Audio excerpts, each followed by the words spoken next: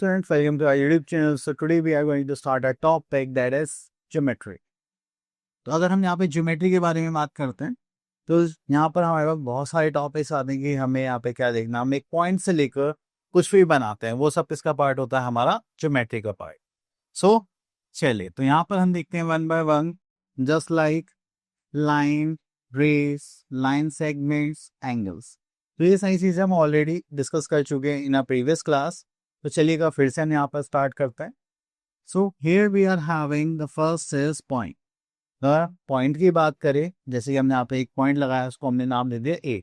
P क्या show करता है कि यहाँ पे एक लोकेशन है, उसके भी आफ्टर हम यहाँ पर वर्क करेंगे. ओके, देन उसके बाद हम इसकी डेफिनेशन देखते हैं. It is just an idea, it can show position, it has no length, breadth और thickness and it has no direction.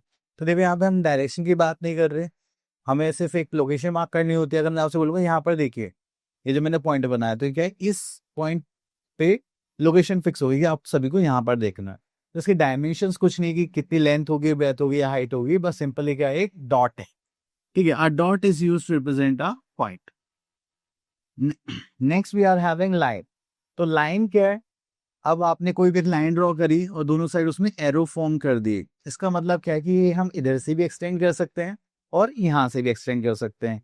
ठीक है, इसकी कोई फिक्स लेंथ या डायमेंशन कुछ नहीं होता. ओके, तो चलिए यहाँ पर देखते हैं. Line has neither a beginning nor an end, it has length and direction but no breadth and thickness.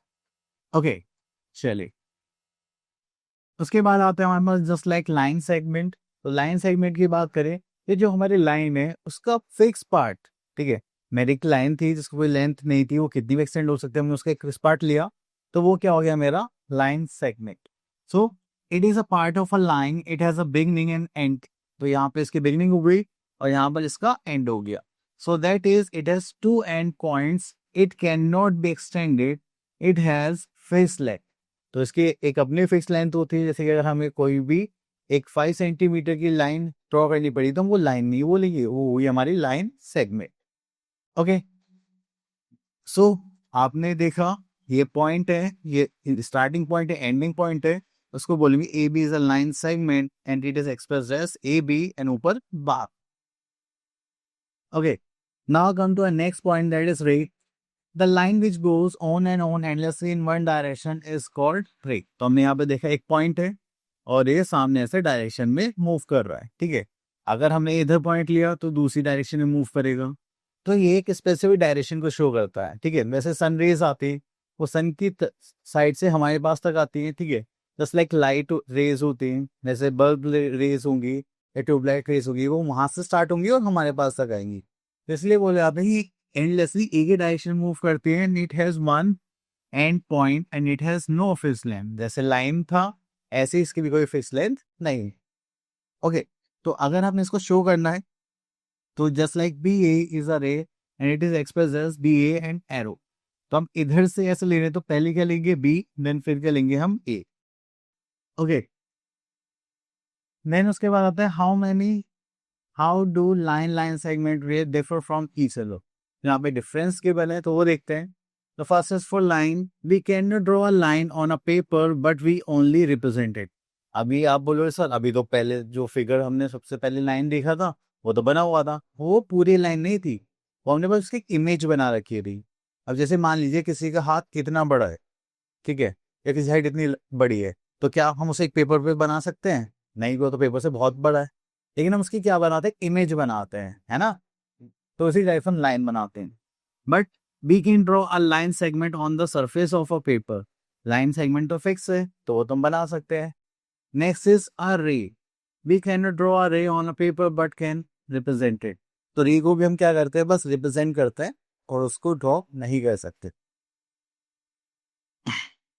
Next it does not have a definite length. तो इसकी कोई फिक्स लेंथ नहीं है. ठीक है, it has a definite length and it does not have a definite length. अब यहाँ पर आता है लाइन में it does not have end points. तो यहाँ पे एंड पॉइंट नहीं है. Okay, but it has two end points, हमने देखा यहाँ पर एंड यहाँ पर. And it has only one end point. तो यहाँ पर हमें एक एंड पॉइंट देखने के लिए मिलता है. ठीक है, जस्ट लाइक दिस और this. Now we are having another topic, that is angles. Angles की बात करें, angle, whenever two rays meet at a point, an angle is formed. The two rays are called the sides or arms of an angle. तो हम इसको क्या बोलते हैं, sides and arms. अब देखिए हमारे पास एक इनिशियल पॉइंट था, हमने एक रे यहाँ से बनाया ओ ए, और एक ए बनाया, रे यहाँ से फॉर्म करा ओ बी.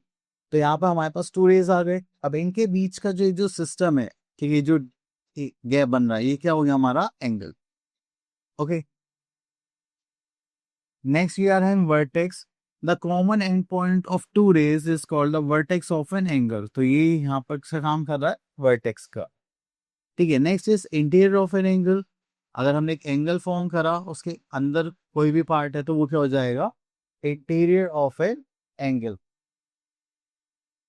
ओके, अगर हमें इस एंगल का नाम देना, that is angle one is called the interior angle because it lies inside the two arms.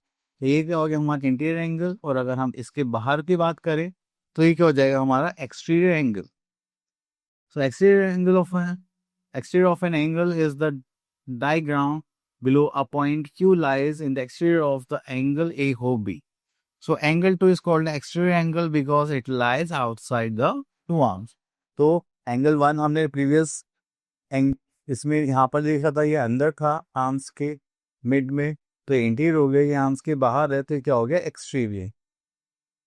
चलिए उसके बाद आते हैं यहाँ पर, whenever two rays meet, two angles are formed, that is an interior angle and exterior angle. तो हमेशा जब भी टू रेस एक वर्टेक्स पर ज्वाइन होंगी या उनका इनिशियल पॉइंट सेम होगा, तो वो क्या फॉर्म करेंगे, एंगल. और उसमें दो पार्ट्स होते हैं हमारे, इंटीरियर एंड एक्सटीरियर. सो अब आते हैं मेजरिंग ऑफ एंगल. तो आपने देखा हमारे पास एक एंगल हमने यहाँ बना दिया, ये कितना बड़ा बनाना है, कितना छोटा बनाना है, ठीक है, कितने एंगल का होना चाहिए, तो हम इसको देखते हैं एंगल से. अब ये जो एंगल होता है उसको मेजर करते हैं इस इंस्ट्रूमेंट की वजह से, इसको हम बोलते हैं प्रोटेक्टर. ठीक है, इस प्रोटेक्टर को हम देखेंगे, तो यहाँ पर एक हमारे पास लाइन है, बेस लाइन इसको बोलते हैं. तो अगर आपको राइट हैंड साइड पे एंगल फॉर्म करना, तो हम ये इनर मेजरमेंट्स को देखते हैं. अगर आपको लेफ्ट हैंड साइड पे एंगल फॉर्म करना है, तो ये आउटर मेजरमेंट्स को देखेंगे. ओके, क्योंकि अभी हमारा राइट हैंड साइड पे एंगल फॉर्म हो रहा है, तो हमने इसको यहाँ पर प्लेस करा. ठीक है, ये जो ओ क्यू है उसको हम बेस लाइन पे रखेंगे, यहाँ पर सेंटर पे से लेकर 0 डिग्री पर. एंड देन उसके बाद ये जो जहाँ पर ओपी जाएगा, देखिए ओपी कहाँ पे जा रहा है, अप्रोक्सीमेटली 131 पर जा रहा है. तो ये क्या हो गया हमारा 131 degree. Okay, so now we are having different types of angles. तो यहाँ पे देखिए हमारे पास कौन से complementary angle, supplementary angle, adjacent angle and vertically opposite angles. Okay, so यहाँ पे फर्स्ट पॉइंट आता है, that is complementary angles, two angles whose sum is 90 degree or a one right angle. Right angle भी कितने का होता है, 90 degree का होता है. Then they are called complementary angles and one is called the complement of the other. तो हमारे पास कोई भी दो एंगल्स होंगे का सम कितना होना चाहिए, 90 डिग्री. तो that means they are complementary angle. Okay. Next we are having supplementary angle. इसमें क्या होगा, जैसे प्रीवियस एंगल में ये था कि हमारे पास जो दो एंगल है उनका सम कितना होना चाहिए, 90 डिग्री. तो ये उसी का कजन है, यहाँ पे एंगल्स का सम कितना होना चाहिए, 180 degree. So that is two angles who sum is 180 degree is called supplementary angles and one is called supplement of other. तो एक दूसरे के क्या होंगे, supplement. Just like 120 degree plus 80 degree कितना होगा, 180 डिग्री. ये दोनों क्या होगा हमारे कॉम्प्लीमेंट्री एंगल.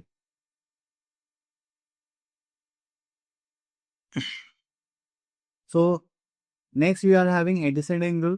यहाँ पे आता है just like two non-overlapping angles with one common arm and the common vertex are called adjacent angles. तो आपने देखा यहाँ पर हमारे पास क्या है, टू आर्म्स है और इसमें हमने यहाँ पर बीच में एक आर्म बना दिया. तो देखिए एक एंगल ये हो गया जिसमें एक कॉमन आर्म आ रही है, हमारे पास कॉमन वर्टेक्स आ रहा है. इस टाइप के टू एंगल्स को हम बोलते हैं adjacent angles. Okay,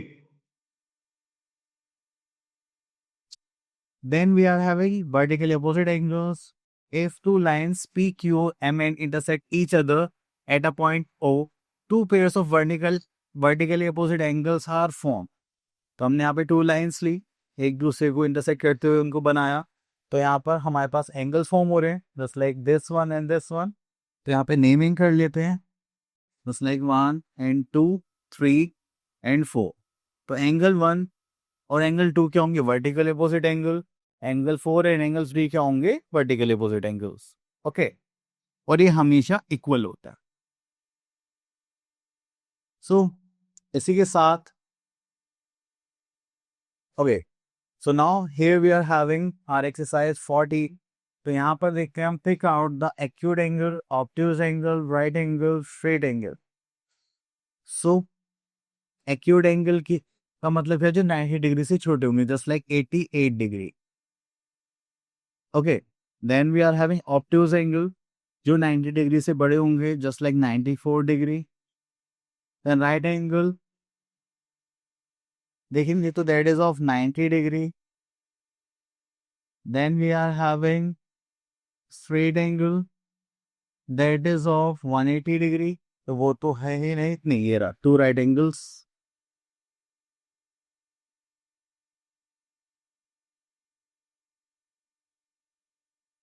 okay, then we are having, बस तो बाकी आपको इसी टाइप से फाइंड आउट करने हो, यहाँ पर प्लेस करने हैं। चलिए आगे देखते हैं।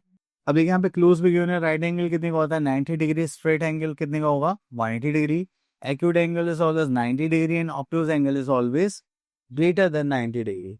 ओके, चलिए next is question number 2, construct the given angle with the help of protractor. Okay, तो हम यहाँ से लेते हैं 8th पार्ट 110 डिग्री।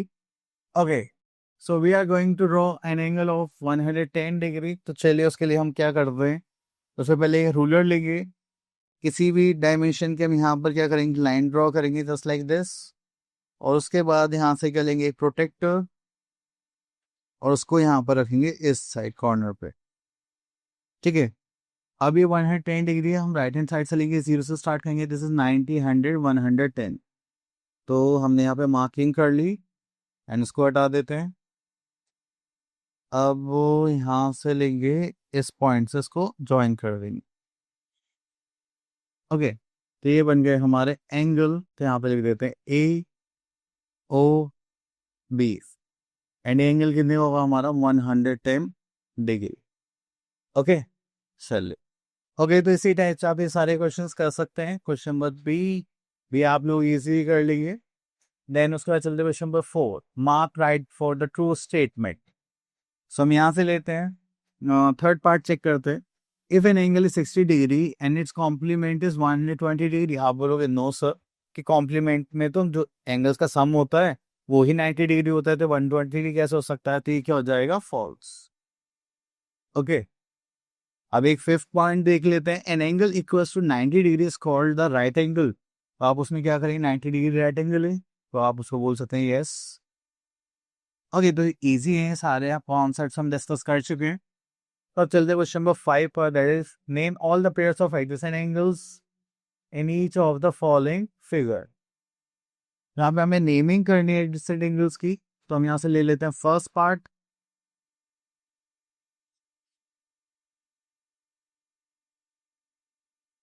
सो यहाँ पे आ जाए एंगल 1 एंड एंगल 2। तो चलिए यहाँ पर एडजेसेंट एंगल्स के नेम क्या हो जाएंगे, एंगल 1 एंड एंगल 2 क्या होगा हमारे एडजेसेंट एंगल्स। नेमिंग करते हैं, angle P O R and angle R O Q. तो ये हो जाएगा हमारा answer. Okay, so next we are question number 6, fill in the blanks. So यहाँ पर हमसे कुछ क्वेश्चन पूछे गए हैं, तो चलिए आंसर्स देते हैं। Third part, vertically opposite angles are always. तो वर्टिकली अपोजिट एंगल्स कौन से होते हैं, जिन vertically opposite angles are always equal to each other. Okay, the sum, यहाँ पे फिफ्थ पार्ट देखते हैं, the sum of the measures of two supplementary angles is 180 degree. चलिए next question number 7, identify which of the following pair of angles is complementary. Complementary means sum आना चाहिए 90 degree.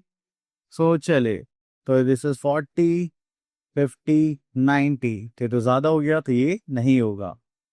उसको second part में कितने 30, 50, 80 and 100, so this is 90 degree, so yes, this is complementary. Okay, next आते question पे 8, identify which of the following pair of angles are supplementary. Supplementary angles का मतलब क्या है कि उनको सम कितना होना चाहिए 180 डिग्री, तो ये तो देखिए 9 के थे, ये तो नहीं होगा।